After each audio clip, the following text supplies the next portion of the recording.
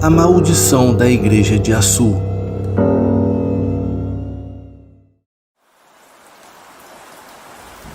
Boa noite a todos. O meu nome é Giovana. Eu tenho 29 anos de idade e hoje eu vim compartilhar com vocês um relato que aconteceu com a minha avó Elba e a minha tia Cláudia. Nós somos do Açu, Rio Grande do Norte. Isso aconteceu por volta dos anos 80. Eu vou contar como se fosse a minha avó Elbinha narrando. Assim, será mais fácil para que todos entendam. Aqui em Açu, desde os tempos antigos, existe uma lenda dentro da igreja. A lenda é famosa até hoje, mas por causa dos vigias noturnos e dos bêbados da praça, ninguém se arrisca mais a testá-la. A lenda conta que se você passar um papel pela porta de entrada da igreja, algo o puxa. Eu sinceramente nunca acreditei muito nisso, mas na minha infância sempre fui muito arretada. Certo dia eu estava passando pela praça, já perto do anoitecer, quando eu olhei para a igreja principal da cidade, a de São João Batista. Foi então que eu tive a brilhante ideia de reunir algumas pessoas para jogar o papelzinho e assim ver se aquilo realmente aconteceria ou se era só falatório do povo. Eu fui de casa em casa, perguntando a conhecidos, mas ninguém aceitava, pois tinham muito medo. Além disso, se o padre Canidé descobrisse, certamente teríamos uma boa conversa com os nossos pais, algo que ninguém queria. Então eu fui até a casa de Franciane. A avó dela, que estava deitada em uma rede, me chamou e disse que queria conversar comigo. Sem entender muita coisa, eu fui até lá e me sentei no chão perto da rede. A velha era cega, mas se sentou e, usando o tato, encontrou o fumo e o cachimbo sem precisar de ajuda. Ela acendeu o cachimbo, deu algumas baforadas e começou a me contar a seguinte história. Então, Elbinha, tu é como se fosse da família. Então, eu vou te contar uma história. Quando eu era bem menina, a igreja de Açu nem era como você vê hoje. Era só uma porta pequena e 4 paredes. Certa noite de quaresma, teimosa como eu era, eu saí de casa durante a madrugada e fui até a igreja.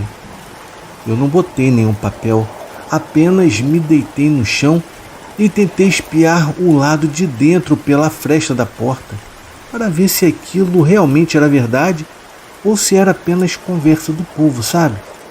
Menina, pois não é que quando eu me abaixei, eu vi vários pés andando de um lado para o outro. Alguns estavam descalços, outros calçavam sapatos chiques. Eu fiquei tão assustada que eu saí correndo dali e nunca mais eu fiz isso. Na manhã seguinte, eu acordei me queimando de febre. Manhã me levou em uma curandeira, a dona Chiquinha. Ela me disse que eu vi algo que eu não deveria ter visto e por isso, infelizmente, eu receberia uma punição das almas. Ela também disse que a igreja era muito mais assombrada que qualquer cemitério. A dona Chiquinha fez várias curas em mim e me benzeu dos pés à cabeça. Mas anos depois, desenvolvi uma doença nos ossos. E como não existia cirurgia para isso, e se existisse, eu não teria dinheiro para pagar, então, você está me vendo agora, né? Eu acabei ficando cega. Depois disso tudo, eu voltei a procurar a dona Chiquinha. Ela acendeu uma vela, colocou um copo d'água e me disse que essa era a punição das almas para mim. Então, minha jovem, não faça isso. Você nem imagina a punição que pode receber. Depois que a avó de Franciane me contou tudo aquilo, eu fiquei um pouco receosa. Mas logo a Cláudia, tia da Franciane, me puxou para um canto e disse que ouviu rumores sobre o que eu queria fazer. Ela disse que queria ir junto comigo para descobrir se realmente havia algo assombrado naquela igreja. Eu logo esqueci a história que a avó de Franciane me contou. Falamos então para a Lúcia, a irmã da Cláudia, que voltaríamos tarde, pois estaríamos na minha casa fazendo algo interessante. A irmã dela logo concordou e assim saímos correndo de lá, eufóricas e animadas, para ver o que iria acontecer. Passamos em casa e pegamos um papelzinho e escrevemos tudo o que queríamos nele, pois a lenda também dizia que se alguma alma puxasse o papel, poderia atender ao pedido que fizemos. Assinamos com os nossos nomes e ficamos proseando esperando chegar perto da meia-noite. Sabíamos que o povo do interior dorme cedo, então a rua logo ficaria deserta. Já entediadas, fomos até a manhinha, que estava se arrumando para dormir, e pedimos para ela contar alguma história sobrenatural. Então ela, bem séria, disse: "Bom, quando eu era menina, eu não morava aqui. Eu morava em Currais Novos. Lá, a igreja ficava no pé de um pequeno morro. O povo dizia que as almas sempre iam para lá pedir ao padre que as ajudasse a encontrar a luz. E naquele tempo, eu era coroinha e sempre ajudava na igreja. Então, certa noite, o padre pediu à minha mãe que me deixasse ficar até mais tarde, ajudando em algumas tarefas. A minha mãe, logicamente, permitiu. Quando se aproximou da meia-noite, larguei a vassoura de susto, pois um vento percorreu meu corpo dos pés à cabeça. O padre, vendo meu espanto, disse que estava tudo bem e que aquilo era bem normal. Cada vez mais começaram a se juntar almas. Dava para ouvir os seus lamentos e choros agonizantes. Era terrível. O padre contava que toda a noite acendia velas para essas almas e fazia uma missa, mas aquela missa foi bem diferente. O padre não falava, apenas fazia murmúrios, parecendo conversar com alguém. Muitas velas estavam acesas e presenciar aquilo foi bem bizarro.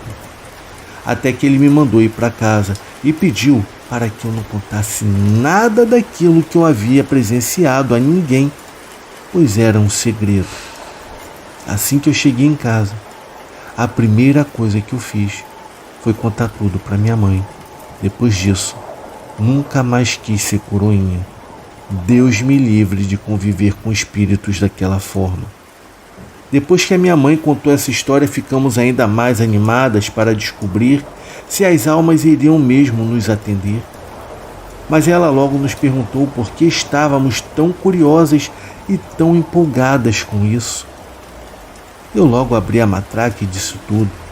A Cláudia ficou calada, ficou na dela, se fazendo de desentendida. A minha mãe apenas riu e disse que tudo bem, mas que se por acaso algo acontecesse, era para mim não correr atrás dela, pois com almas ela não lidava. Na hora eu não lhe dei bola e olhei no relógio da parede, já que eram quase meia-noite. Peguei na mão da Cláudia e saímos correndo para a igreja. Realmente no caminho não havia ninguém, e quando eu digo ninguém, é ninguém mesmo, algo muito diferente de hoje em dia. Enfim, assim que chegamos à igreja, a Cláudia ficou olhando no relógio de pulso, esperando dar exatamente meia-noite. O vento estava frio, a noite escura mal dava para ver a lua. Mas claro, os grilos e os sapos não calavam a boca. Era um tanto barulho de inseto que parecia que iam me deixar louca. Assim que deu meia-noite, parecia que o mundo havia se calado. Uma energia diferente passou entre nós e não demorou muito para sentirmos outras. Era como se algo frio passasse pela gente. Cláudia, que era medrosa, disse que poderia ser as almas entrando na igreja. Não perdemos tempo, corremos para a lateral e esperamos o que quer que fosse passar.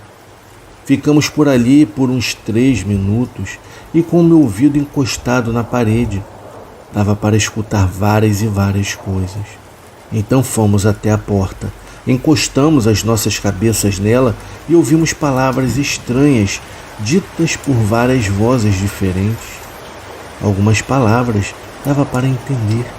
O meu coração se apertou quando eu escutei a lamentação de uma alma. Dava para compreender poucas palavras e uma delas foi filho. O que será que aquela alma fez com seu filho para se lamentar tanto? Eu olhei para Cláudia e ela estava branca, tão pálida que parecia estar doente. Ela olhou para mim e disse para irmos embora, pois não estava gostando nada daquilo. Eu, teimoso e sem medo do que poderia acontecer, peguei um papel e bati 3 vezes na porta da igreja. Depois, deixei o papel no meio da porta, esperando para ver se algo puxaria ou não. Não demorou 3 segundos e algo puxou aquele papel com toda a força. Cláudia e eu nos entreolhamos e gritamos bem alto. Sorte a nossa, que por ali só havia mato. Senão, quem estivesse por perto teria escutado o nosso grito. Mas, menino, a gente começou a correr desesperadas e só paramos quando chegamos à minha casa. A Cláudia, em pânico, não queria nem ir para sua casa de tanto medo que estava sentindo naquele momento. Contamos tudo para minha mãe, que apenas ficou séria e disse: bem feito, com sobrenatural não se brinca. O que eu falei antes ainda vale. Eu não quero saber de alma, eu não quero saber de nada disso. Em seguida abaixei a cabeça e fui chamar o meu pai. Pedi para ele levar a Cláudia para casa e ele foi. Naquela noite eu não consegui dormir. Eu não vou mentir. Eu acho que eu fui assombrada por uns 3 dias. Eu via coisas, escutava lamentações. E sobre o que estava escrito no papel, bom, pelo menos para mim, uma coisa se realizou. O que era? Isso aí não importa mais. Só saibam que eu nunca mais fiz isso. Não vale a pena martelar a cabeça por causa dessas coisas. E nunca mesmo duvide do poder das almas. Então, pessoal, esse foi o relato da minha avó. Ela me contou o que havia pedido. Na verdade, ela pediu um namoradinho. E poucos dias depois de ter conseguido um namorado, ele acabou terminando com ela. Então vale mesmo a pena ser atormentado por 3 dias por causa de qualquer besteira? Enfim, obrigado por ler o meu relato. Tenham todos uma ótima noite e fiquem com Deus.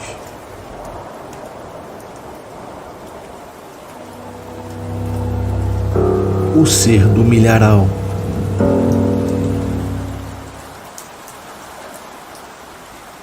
Boa noite a todos. O meu nome é Renato. Eu moro em Campos do Jordão. O que eu vou contar foi relatado por um amigo meu, o Antônio, que chegou de viagem do interior do Maranhão e contou assim. Eu estava em um carro de passeio viajando com a minha esposa e um amigo. Já estávamos há um certo tempo na estrada, o suficiente para anoitecer. Era o final da tarde para o começo da noite. Até então, nada de estranho havia ocorrido. Já com a noite no horizonte, passamos por um posto de gasolina à beira da estrada e resolvi parar para pedir informações sobre um determinado vilarejo no qual estávamos procurando. O frentista indicou o caminho, mas apesar da insistência do meu amigo para pernoitarmos ali mesmo e seguirmos assim com a viagem pela manhã, eu decidi continuar e assim seguimos pelo trajeto indicado. A estrada àquela altura já estava completamente escura, sem iluminação e extremamente deserta. Depois de um tempo, começamos a passar por um trecho bem ruim, pois ele era cheio de buracos, falhas e pedras. O perigo de estourar um pneu era real, e tão ruim que era aquela estrada. O breu era absoluto, só conseguíamos enxergar o que estava à frente por causa dos faróis. Pelos lados havia apenas a escuridão total, nem vegetação, nem construções e nem nada. Pelo retrovisor também não se via nada, apenas uma leve luz avermelhada das lanternas traseiras do carro. Seguimos em frente, até que chegamos a um determinado ponto, onde a estrada era cercada apenas por um milharal. E foi exatamente nesse trecho que, do nada, o carro começou a falhar. Então, de repente, ele simplesmente não respondia aos comandos até que o motor morreu, fazendo com que diminuíssemos a velocidade aos poucos, até pararmos bem próximos a um milharal. Já estávamos preocupados, estávamos dentro daquele carro no meio da escuridão, mas ainda não sabíamos o que nos esperava. O motor não ligava de jeito nenhum. Eu girava a chave na ignição e nada acontecia. Apenas a parte elétrica voltou a funcionar, então não ficamos na total escuridão, pois os faróis e as luzes internas continuavam acesas. Eu continuei tentando ligar o carro, porém sem sucesso, até que, de repente, ouvimos do lado de fora um zumbido estranho. Parecia o barulho de um aparelho de barbear, só que muito mais alto e forte. Na mesma hora, larguei a chave na ignição e começamos a olhar em volta, tentando descobrir de onde vinha aquele som que era muito esquisito para um lugar tão isolado. Foi quando o medo tomou conta de nós, quando percebemos que algo estava se movendo no milharal. As plantas balançavam intensamente, como se algo estivesse se aproximando. Foi então, e para o nosso pavor total, vimos surgir por entre as plantações uma criatura de aparência estranha. Aquela coisa parecia uma espécie de esfinge egípcia.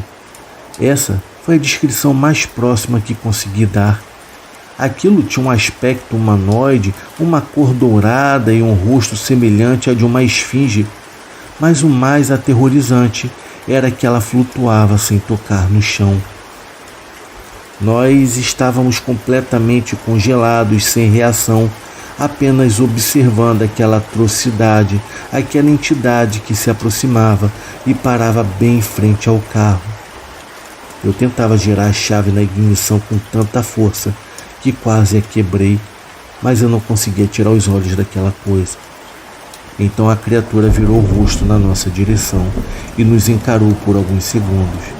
Depois, sem aviso, se virou para o outro lado e disparou em alta velocidade para dentro do milharal, sumindo da nossa vista. No exato momento em que a coisa desapareceu, o carro misteriosamente voltou a funcionar. E sem perder tempo, aceleramos com tudo, atravessando o trecho esburacado da estrada o mais rápido que podíamos, pois queríamos sair dali o quanto antes.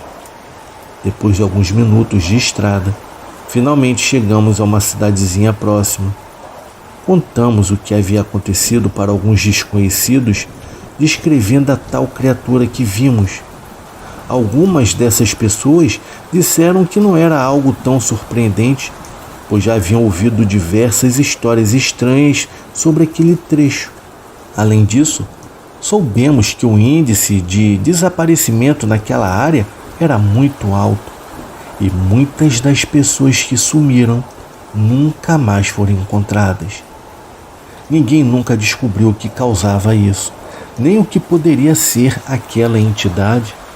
Bom, essa é a história do meu amigo. Ele ficou profundamente traumatizado e até hoje evita viajar durante a noite para qualquer destino. Então fica a pergunta: o que será que eles viram? Que criatura era aquela? Um extraterrestre? Um ser de outra dimensão? Bom, isso eu acredito que nunca saberemos. Mas uma coisa é certa: o que aconteceu naquela estrada foi algo terrivelmente assustador. Boa noite. O segredo da moça de Bragança.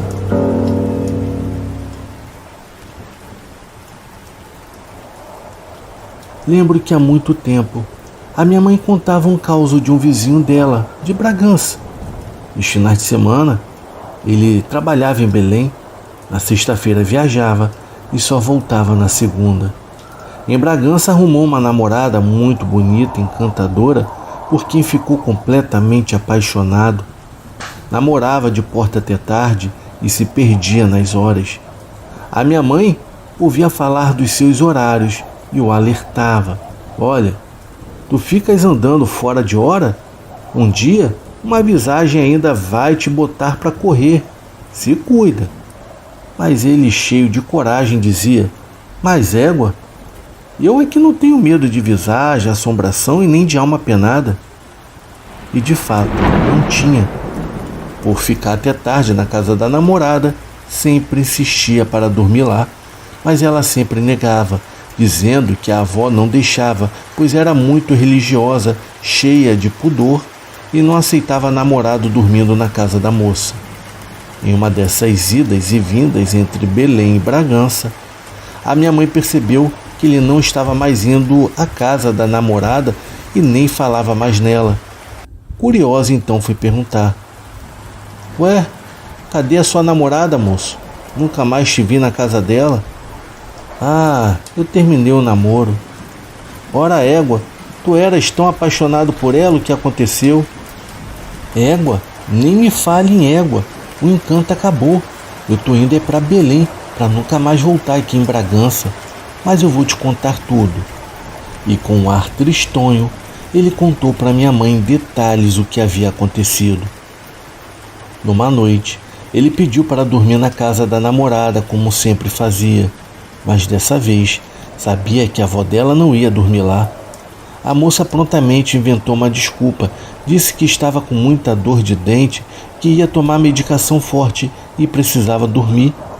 Então pediu para ele ir embora. Chateado com a desculpa esfarrapada, saiu de lá e, para esparecer, não pegou o caminho de costume. Foi por um atalho por dentro do campinho de futebol. E depois de um tempo, lá ouviu um barulho dentro do mato e em seguida relinchos. Nessa hora ele pensou: nossa, algum animal está ferido. Na certa jogaram aqui no mato para morrer. Ele então foi olhar e, para sua surpresa, viu uma pessoa se transformando em cavalo. Como era corajoso, nem pensou em correr. Ele se aproximou ainda mais para ver quem era. Ele foi chegando mais perto, até que veio o baque. Ele reconheceu. Era sua própria namorada. Quando ela o viu, tomou um baita susto e não conseguiu mais continuar a transformação. Ficou ali diante dele com a metade do corpo de gente e metade de cavalo, ou melhor, numa égua de pelos muito brancos. Ela então se transformou em lágrimas e disse: tá vendo isso? É por isso que eu não queria que tu dormisse lá em casa. Eu não queria que tu descobrisse o meu segredo. Eu viro o bicho. Nisso ela disparou e sumiu. No outro dia ele voltou lá e terminou com ela. A moça chorou muito, pois realmente gostava dele. E assim ele contou para minha mãe o caos. No dia seguinte, arrumou suas coisas e foi embora para Belém. E nunca mais botou os pés em Bragança.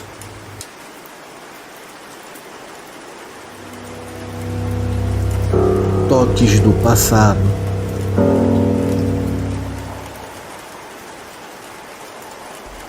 O fato que eu irei contar ocorreu há poucos meses e serviu para me provar que mesmo nos tempos atuais, fenômenos sem explicação ainda podem acontecer. Há 2 anos, eu moro com a minha esposa em uma casa que antes pertencia à sua falecida avó. Nós a reformamos, pintamos e deixamos bonita e perfeitamente habitável. Apesar de ser uma casa bem antiga, até o dia desse acontecimento, apenas alguns barulhos vindos da cozinha eram o que eu considerava inexplicável. Porém, a partir desse dia, tudo mudaria bruscamente. Como eu e a minha esposa saímos muito cedo para trabalhar, não temos tempo para fazer algumas tarefas, como arrumar a cama. Tanto que sempre que voltamos para casa, decidimos no par ou ímpar quem será o responsável por isso. Mas em um dia específico, chegamos cansados do trabalho e fizemos a nossa aposta de costume. Eu acabei sendo o vencedor. A minha esposa então foi para o quarto enquanto eu me dirigia para o banheiro para tomar banho. Então, de repente, ela gritou me chamando. Ela parecia estar muito assustada. Eu saí do banheiro correndo e, ao chegar lá, eu me gelei. A cama estava perfeitamente arrumada de um jeito peculiar. com os travesseiros sobre a coxa e o cobertor dobrado nos pés da cama. Nunca havíamos arrumado daquele jeito. Ficamos os dois parados, olhando um para o outro, sem entender o que havia acontecido. Ninguém tinha acesso ao interior da nossa casa. Ninguém havia arrumado a cama antes de sairmos. Que explicação poderia haver para isso?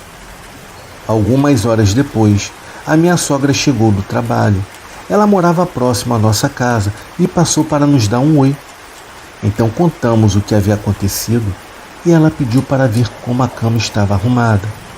Fomos juntos ao quarto e no momento em que ela olhou para a cama, vi a sua expressão mudar e com uma voz trêmula, ainda olhando para a cama, ela nos disse que a sua mãe, a falecida avó da minha esposa e antiga moradora da casa, sempre arrumava a cama daquela exata forma. Como o fato foi recente, ainda estou tentando entender e digerir o que havia acontecido, mas confesso que não encontro nenhuma explicação que não seja o sobrenatural. Hoje em dia, quando chegamos em casa, tanto eu quanto a minha esposa corremos para o quarto, mas a cama nunca mais apareceu arrumada como naquele dia. Esse é um mistério que perpetua até nos dias de hoje. Boa noite a todos.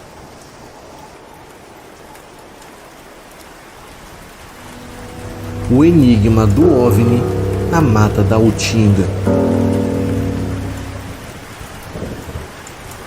Eram por volta das 19 horas, quando eu, Laerte Luiz, decidi sair para pegar um ar. Eu me lembro que setembro estava escaldante na cidade e o calor era insuportável. Naquela época, o conjunto do Baza se estendia de frente para a Mata da Utinga. Não haviam muros ou divisões e a Avenida João Paulo II ainda não existia. Enquanto eu caminhava por uma alameda estreita, eu parei na frente da casa de um amigo para bater um papo. Foi quando, de repente, notei sobre a mata um objeto grande e luminoso pairando sobre a copa das árvores. Ele era esférico e emitia uma luz verde. O meu amigo e eu ficamos espantados com a aparição. A curiosidade me levou a correr até a última alameda do conjunto para ver o objeto mais de perto. Quando eu cheguei, percebi que não era o único. Vários moradores estavam na porta de suas casas testemunhando tal fenômeno. O objeto começou a descer suavemente entre as árvores e, em seguida, desapareceu no meio da mata. Ao ver aquilo, eu chamei alguns amigos que moravam ali e, armados com binóculos e lanternas, fomos até a beirada da mata. Lá, a mata se iluminou quando o objeto levantou voo novamente, erguendo-se devagar por cima das árvores. Ele tinha um diâmetro bem grande e agora uma multidão de moradores assistia o espetáculo. Uma mistura de medo e euforia havia tomado conta de todos nós. Muitos gritavam e berravam para o objeto como se fosse um gol em um jogo de futebol. O OVNI agora tinha uma tonalidade amarela e era rodeado por uma pequena luz azul que girava ao seu redor. O objeto se destacou e seguiu pela mata, indo em direção ao bairro de São Brás. Decidimos então investigar o local do pouso na mata. 7 de nós, jovens, invadimos a mata de Utinga em busca de vestígios do desconhecido. Conhecíamos bem a área, era comum andarmos por lá e nos banharmos no grande lago da Bolonha que abastece Belém. Conhecíamos bem a área, era comum andarmos por lá e nos banharmos no grande lago Bolonha que abastece Belém. Seguimos por uma trilha, estávamos focando as lanternas em tudo, até chegarmos às margens do lago, onde notamos uma estranha névoa branca sob as águas, semelhante a neblina em dias de frio. Resolvemos fazer uma fogueira para iluminar o ambiente. Enquanto conversávamos em volta do fogo, já nem pensávamos mais no misterioso OVNI. Foi quando um dos jovens avistou uma forma no lago. Com a lanterna, consegui ver algo cilíndrico flutuando sobre as águas. era de cor escura, talvez bronze. Todos ficaram perplexos com o que estava diante de nós. Aquilo estava suspenso no ar. Mesmo sem olhos, sentimos que aquilo nos observava como um scanner. Passamos a lanterna ao redor e vimos outro objeto cilíndrico idêntico, ainda mais perto da margem do rio. Para o nosso espanto, havia um terceiro. Tomados pelo medo, tentamos entender o que era aquilo. Os cilindros começaram a se movimentar vindo em nossa direção e o pavor tomou conta de todos nós. Sem olharmos para trás, corremos freneticamente, estávamos desesperados e fomos de volta ao conjunto. Encontramos então uma multidão de curiosos, incluindo a polícia e a imprensa. Jornais como A Província do Pará e o Liberal estavam lá no local, entrevistando os moradores que presenciaram todo o ocorrido. Fomos cercados por repórteres que queriam saber o que nós havíamos visto na mata. Contamos tudo sobre os cilindros no lago e a multidão eufórica acabou invadindo a mata logo em seguida, mas não havia mais nada lá no local. No dia seguinte, os jornais noticiaram o fato não só na Utinga, mas também em outros bairros de Belém. Muitos também haviam visto tal OVNI. Em uma escola de São Brás, o objeto pairou sobre um prédio, causando grande alvoroço entre os alunos do turno noturno. O mais estranho foi o título da matéria nos jornais, que estava escrito Os Seres de Bronze. Tanto eu quanto os meus amigos não entendemos o porquê desse título, já que o que vimos foram apenas cilindros metálicos semelhantes aos de oxigênio. Eles não tinham cabeça ou membros, apenas estavam flutuando no ar. Talvez alguém tenha exagerado no depoimento, ou a imprensa começou a sensacionalizar a história, mas foi assim que o episódio ficou conhecido.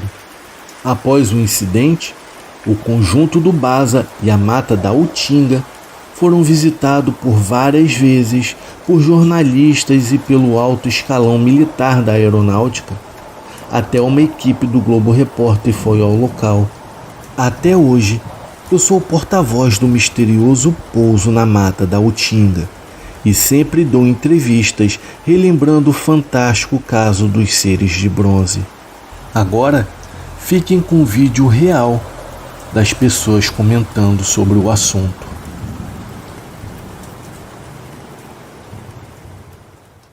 Em 1979, no conjunto residencial do Baza, aconteceu o chamado Caso dos Seres de Bronze. 19 horas, Belém do Pará, setembro de 1979. Parecia ser um globo luminoso e que pairou sobre a e deixou bem iluminadas essas árvores, principalmente as copas mais elevadas. Deu para notar claramente isso. Olhou assim, viu que era muita luz, né? Aí pensou, isso deve ser bem um avião pegando fogo. Nessa noite, era uma sexta-feira, né? O que aconteceu foi que eu fui na casa de um colega meu. Saí de casa, lá no fundo da Alameda, dava para a rua dele, onde ele morava, e começamos a conversar. A rua que ele mora começa na Almirante Barroso e, na época, né, terminava na floresta do Utinga. Né? Naquele tempo não tinha João Paulo II, era florestal mesmo, era mata mesmo, virgem. Ele contando, e eu vi um objeto surgir bem acima da floresta, com um formato esférico, mas com uma coloração, digamos assim, um verde bem clarinho. E aquele objeto foi, né, se deslocando na floresta lentamente. Aí eu chamei a atenção dele. E eu fiquei intrigado, porque o objeto era estranho. Era um globo que parecia emanar uma luz de toda a superfície dele, não era um foco. Parecia, digamos assim, um carvão em brasa em suspensão. Só que a cor não era vermelha de fogo, era um verde bem clarinho. E eu fui, tomei o rumo do conjunto e segui para o campo, onde nós costumávamos brincar ali, final de tarde, jogar futebol, o negócio todo de molecada, né? E eu já sabia como chegar lá sem nenhum problema. Eu corri, estava escuro, estava muito escuro. Quando eu chego no campo, achando que eu estava vendo aquilo sozinho, aí eu me deparei com um objeto já. O objeto já estava grande. Ele já estava bem acima da floresta, na copa das árvores, digamos assim, né? Só que grande. Aí eu me assustei com aquilo. Quando me deparei com aquele objeto imenso, e eu vi que aquilo não era algo convencional, eu fiquei atônito, perplexo, fiquei olhando aquele negócio, e o objeto parado, né? Ele variou a cor naquele momento, ele passou do verde clarinho, já, digamos, para um amarelado. Foi nessa hora que eu fiquei ainda, digamos assim, mais assustado, porque o objeto estava mudando a cor, né? E ele começou a fazer movimentos assim, semelhantes a uma bolha de sabão, bem levezinho, coisa muito suave, né? E ele foi descendo na direção do lago. Pois bem, eu vi que o objeto desceu ali. O objeto se encaminhou para a banda daquele lago e foi aos poucos desaparecendo pela copa das árvores. Eu fiquei observando que, na medida em que ele foi se escondendo por detrás das árvores, a luz dele ainda reluzia, refletia na copa das árvores mais altas, né? E eu fiquei olhando aquilo, fiquei admirando aquele momento, até o momento em que apagou tudo. Eu corri, eu disse, rapaz, vou lá na casa do Antônio. Vou lá na casa do Antônio que eu quero pegar esse binóculo e quero ver o que aconteceu. Só que quando eu corri para a casa dele, né, eu peguei a parte de trás do conjunto e me segui para a quarta Alameda, que é onde ele morava. E eu disse para ele, Antônio, tá acontecendo algo lá no campo do conjunto que é muito estranho. Falei, o que foi, cara? Rapaz, tem uma luz que baixou lá e tá lá dentro da mata. Ele, que luz é essa? Eu disse, eu não sei, rapaz, é um globo imenso. Bora lá. Quando nós chegamos no campo, tinha muita gente. O campo tá na foto do jornal, dá para ver a quantidade de gente que já estava lá e o pessoal comentando. E olha que já tinha entre 6 e 8 minutos. No mínimo, não chegava a 10 não. E a gente não dá 2 metros andando. Nós não demos 3, 4 passos.